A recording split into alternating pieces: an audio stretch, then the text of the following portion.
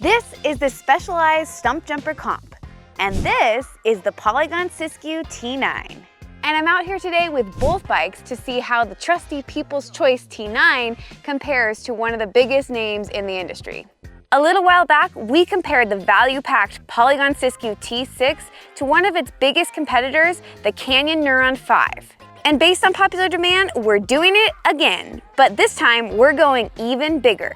The Siskiyou T9 is Polygon's top-of-the-line trail bike, and today we're going to do some back-to-back testing between it and Specialized benchmark trail bike, the Stumpjumper. But before we get out to the trail and do the fun part, let's talk about how these bikes compare on paper. One of the biggest things you'll notice right away when comparing these two bikes is that the Specialized Stumpjumper Comp costs nearly $2,000 more than the Siskiyou T9, despite having nearly identical and in some cases inferior components as the Polygon.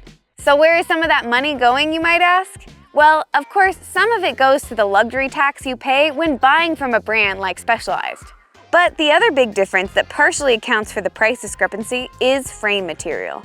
The Stumpjumper features a carbon fiber frame, whereas the T9 sticks with alloy. This puts the weight of the Stumpjumper at just 31 pounds, 4 pounds less than the T9. If we do some quick math, that means that for every pound you save, you're forking out an extra $500. And I'll let you decide if that's where you want to see your hard-earned money going to. But we all know there's more to a bike than just its frame, and despite the significantly lower cost of the Polygon Siskiyou T9, it's spec'd with higher-end suspension and drivetrain components compared with the Specialized. The T9 is spec'd with highly tunable Fox Performance Elite suspension, whereas the Stumpjumper Comp comes with Fox's base-level rhythm fork and float shock. It also gets a Shimano XT drivetrain as opposed to the SLX components on the Stumpjumper. The rest of the components on the two bikes are relatively comparable. Both bikes get dropper posts, 4-piston hydraulic disc brakes, and tubeless tires.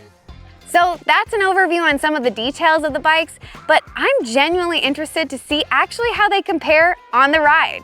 And ultimately, see if Specialized really managed to inject enough special sauce to justify charging nearly twice as much.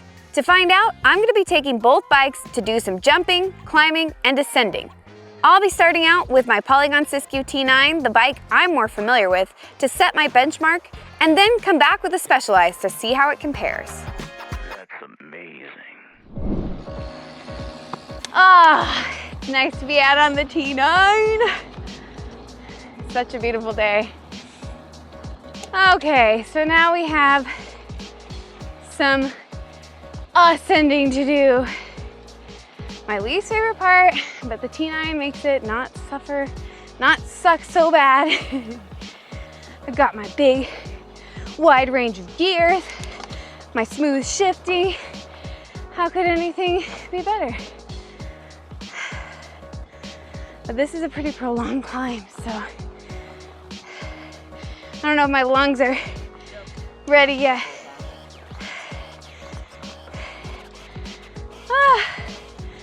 You tell the shifting's good because when you make a mistake and like shift too late, but you could still shift and it doesn't grind all your gears, there you go. I like that. I'm already tired. I don't have time to think about the perfect time to shift. Oh, it's nice when you get to the top of that and you have some like downhill or you just want to get up to speed, and the XT has the double up shifty where you can go up 2 gears for the price of 1 click. It's super nice.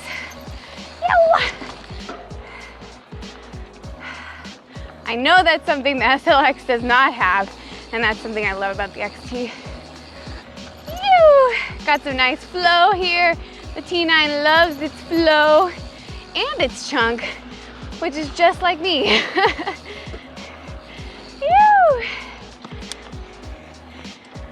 You can feel how good the suspension is here. It's like definitely the word elite, performance elite that comes into it, and I like actually feel that that's a good descriptor for it. Got the TRP brakes, so nice.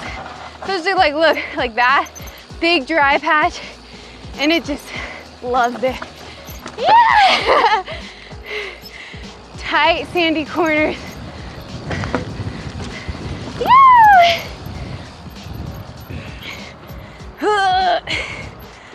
right. So dialed. I don't know, the Specialized is gonna have to show me some real special stuff, but we're gonna keep an open mind. All right, now we are on to the Specialized Stump Jumper Comp. And I like this trail because it starts off with a fun little flowy descent, but right into more climbing. So I'm really interested to see, and I talked about this at the beginning, how the weight compares on the trail, how the ride feels, just, you know, is how it feels. So right now on this part of the trail, we just kind of have mellow, some ups, some downs.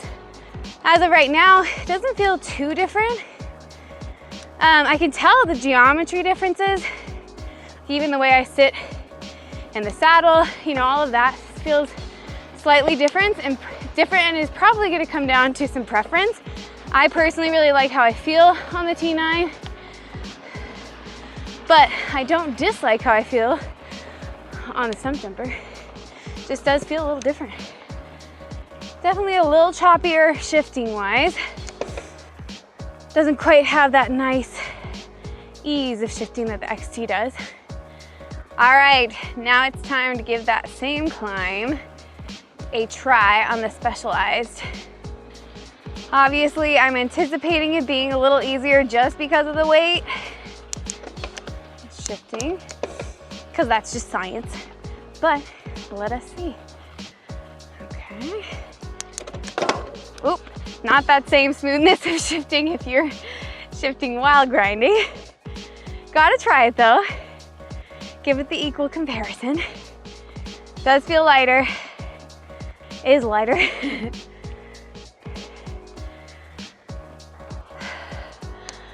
All right, done and dusted.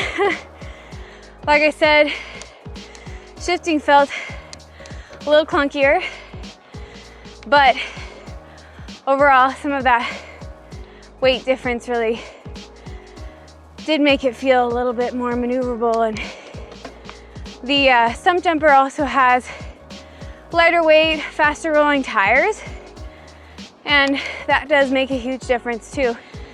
And one you can definitely make pretty easy on the T9. This is one of those misleading trails that feels like it's flat, but really you're climbing a little. You're like, why am I going so slow? All right, but now I think we're, oh yeah, here we go. All right, people, let's see how it feels. Corner's really nice. Brakes get the job done. All right, see how it feels. Yeah, the cornering feels great. I think that's probably the lighter, but definitely feels a little more rocky on some of these rocky sections. I could feel the bumps a little more.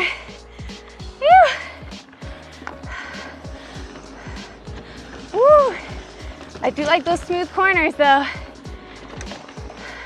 Well, I have to say, I do like the smoothness of the corners with this bike, but I did feel a lot more. I'm guessing that that's because this suspension's a little lower end compared to the T9, but it handled it really well. All right, on the trusty T9. I love jumping this thing. Whew.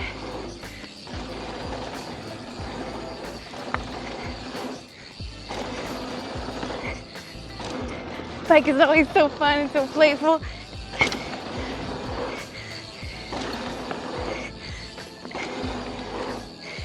Woo! Saw that tarp and it scared me.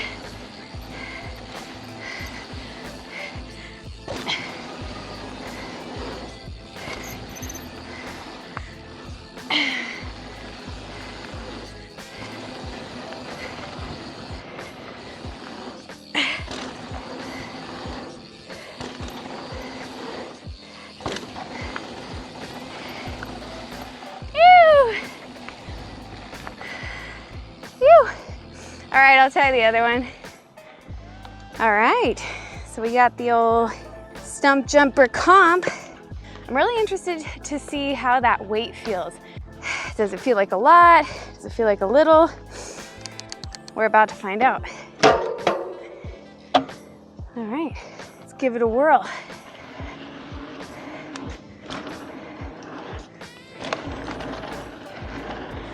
Phew!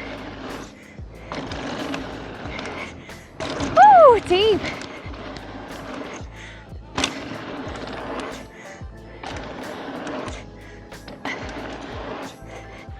All right. Definitely you can feel the lightness.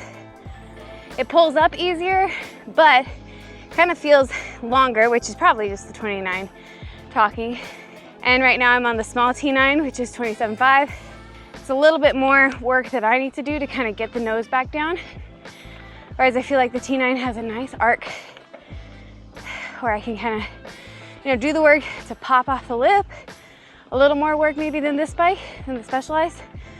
But then it like naturally wants to come back down and land nicely.